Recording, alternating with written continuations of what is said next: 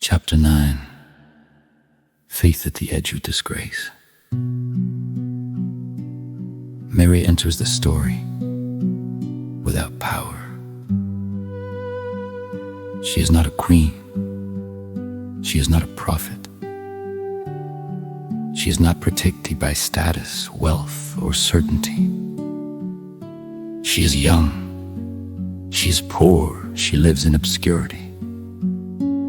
And yet, the final turn of the bloodline rests with her, chosen without immunity. Mary is chosen, not because she is immune to consequence, but because she is willing to bear it. The announcement she receives does not shield her from misunderstanding. It exposes her to it. Pregnancy before marriage in her culture is not private. It is dangerous. It invites suspicion, shame, and social isolation. Mary's obedience does not remove risk, it multiplies it. The cost of saying yes. When Mary responds to the angel's message, her words are often softened by familiarity. Let it be to me according to your word. But these words are not gentle, they are costly. Mary is not told how Joseph will respond. She is not told how her family will react. She is not promised safety. She is promised purpose. Faith here is not confidence in outcome. It is trust in God's presence within uncertainty, bearing suspicion. Mary carries a secret that cannot be explained without disbelief. She does not argue. She does not defend herself publicly. She carries misunderstanding quietly. Even Joseph's initial response reveals the fragility of her position. Only divine intervention prevents her abandonment. Mary's faithfulness is marked by restraint. She allows God to vindicate in His time.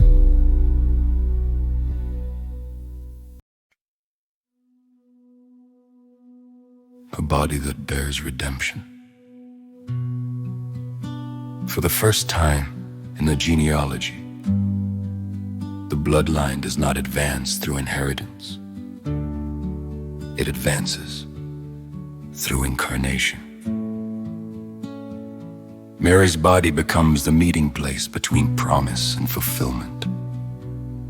God does not bypass flesh, He enters it.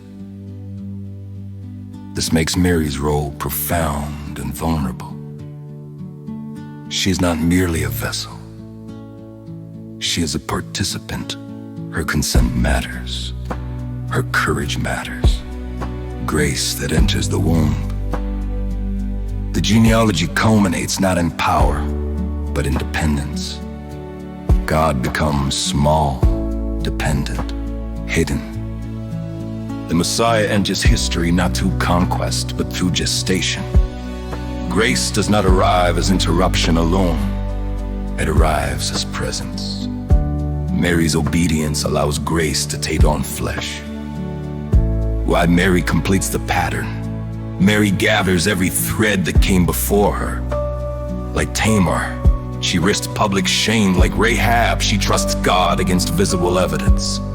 Like Ruth, she walks forward without assurance. Like Bathsheba, she carries a story others will whisper about. Mary is not an exception to the bloodline. She is its fulfillment. In her, faith does not confront, betray, or endure. It consents. Faith that does not protect itself. Mary does not ask to be spared. She does not negotiate terms. She does not seek proof beyond the promise she is given. Her faith does not preserve reputation. It entrusts it. This prepares the reader for a Messiah who will later refuse self-protection. Embrace misunderstanding and entrust vindication to God alone. The shape of the cross is already present in Mary's yes. A bloodline brought to completion. With Mary, A bloodline does not end, it changes. It no longer waits for kings. It no longer leans on inheritance. It becomes a body.